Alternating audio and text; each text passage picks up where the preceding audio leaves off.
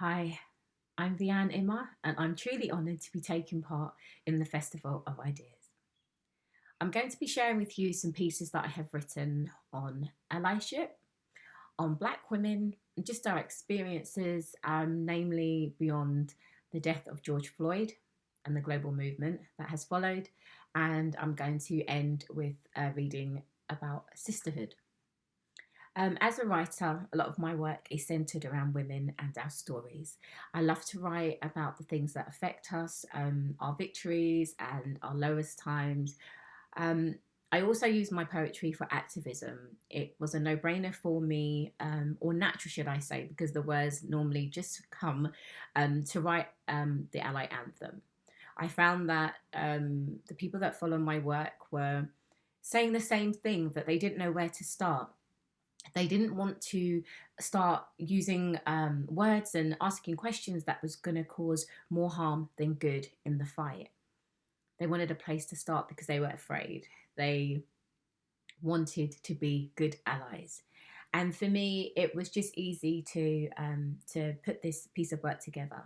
It has been received well because what it has done is allowed white women, namely, to have to really reflect and given them kind of the words and the permission to actually admit that there were a lot of things going on. There were times they could have been better allies. There were times when they could have used their privilege for good. They could have advocated for a colleague or a friend better.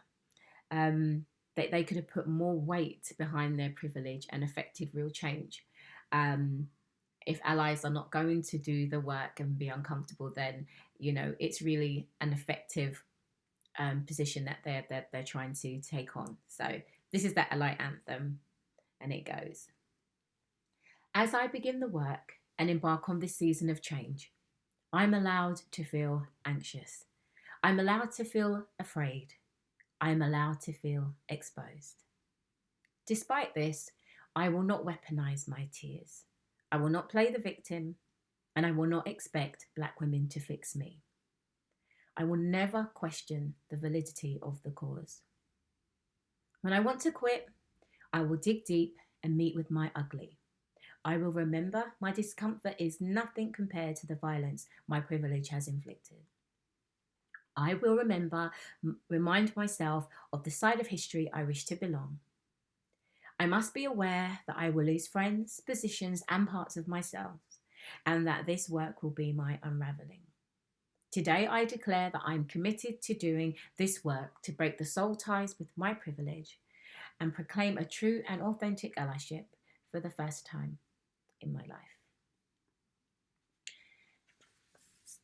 Some of the response from this piece have been that some shame and shame from women who have said that they had to admit that they were in fact racist, that they'd been hiding behind the rhetoric that they had Black friends, that they even had Black family members. But sometimes when you confess things out of your mouth, it triggers you into realizing that, you know what, there are some places and spaces within that are not healed, that are not where you actually think that they are, and it exposes you. But that's why in this piece I wanted to give white women the permission to feel anxious, afraid, and exposed.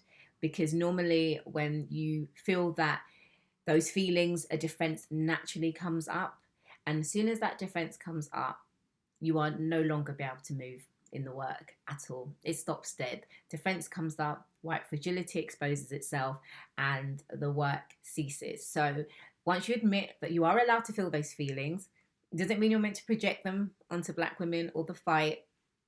Feel it, internalize it, deal with it, and now let's go on with it. So this next piece is titled The List. This is for Black women now as lockdown eases, re-entering the workplace and predominantly white spaces. And it's often said that, and it's a fact, that Black women are always asked to speak about trauma and the problems that we face in society. But that's not all Black women are about. That's not all Black people are about. We have many stories that are completely just normal things. We wear makeup, we like to dance, we cook food, though we are a nuanced people, and you know, this is the rhetoric of just constant talking about trauma is detrimental and it's unfair. So I wrote this list, and it says, as you re-enter the workplace under the white and non-black gaze, take on no pressure to become the spokesperson for the entire black race. Allies, it is your time to advocate. Call it out straight and let your allyship go beyond hashtags, black squares, and clickbait. Now you must demonstrate. So as office lights go back on and work uniforms get ironed, as we slowly ease out of lockdown, I want to encourage black women to stand tall, to enter these establishments with full power and authority. That you and your opinions and trauma and that though your opinions and trauma will now be centre stage, you do not now have to become the Black Lives Matter spokesperson. You do not have to talk about George Floyd and the movement, defend protesters, or worse, explain why right now and until further notice, we are not talking about all lives mattering. For once and for all, insist they pronounce your name correctly. Today, wear your hair as you wish without the fear of backlash or comments about it being unprofessional.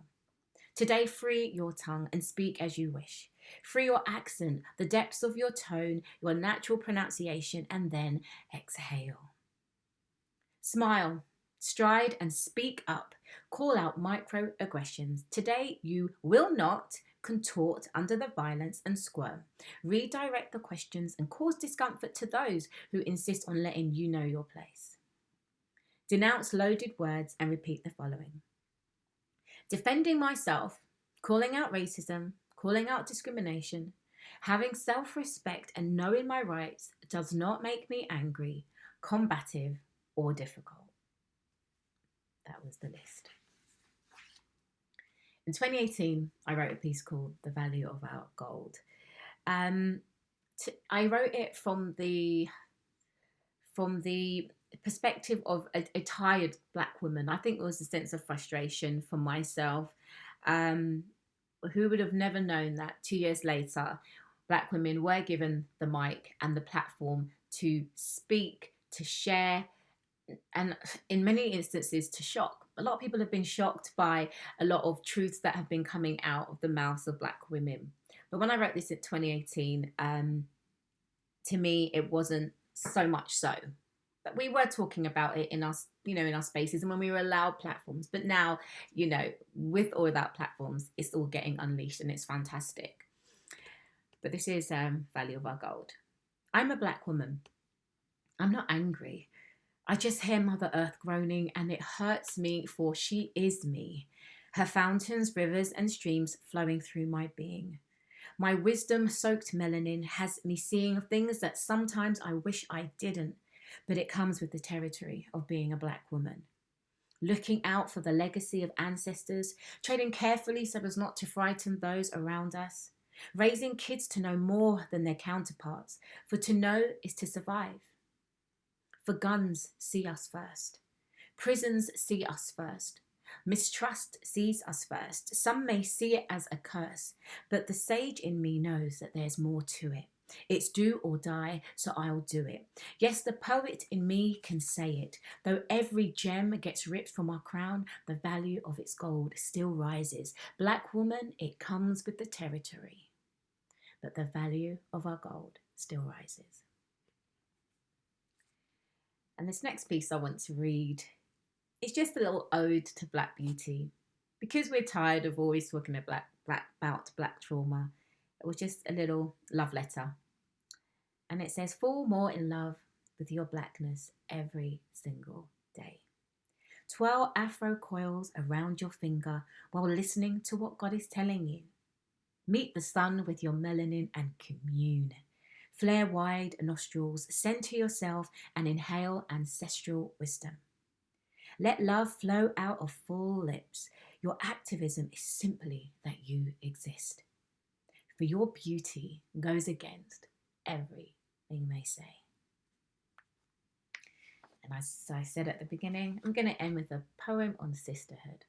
No matter what, we're black, we are white, we are allies, and we are the oppressed. We are opposite in so many areas of life, and how we navigate through it. It's going to be very differently at times, but at our core, we are women.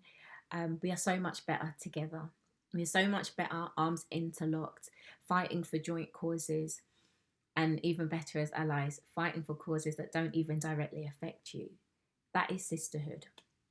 So, this poem is an ode to sisterhood and its beauty. My sisterhood does not always look like me, Black and quoting Maya.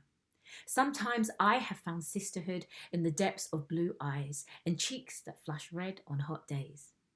Sometimes sisterhood arrives with straight black hair and brown skin, speaking mother tongues my spirit hears but doesn't understand.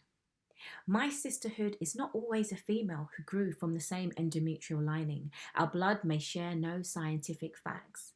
Our mannerisms, our bodies no mannerisms, but we are kin. Sisterhood has arrived with hair that is coiled like mine and with skin able to eat sun rays, but we still reach for different stars. They often ask if we are sisters. My sisterhood is sometimes a child, my child, demonstrating God in the purest form. She holds my hand and pulls me into juvenile adventures just when my soul has forgotten how to laugh. Sisterhood finds you when spirit leads and hearts finally get a chance to sing.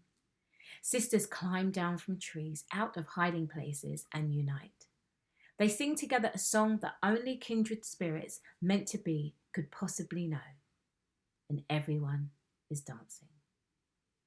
Thank you.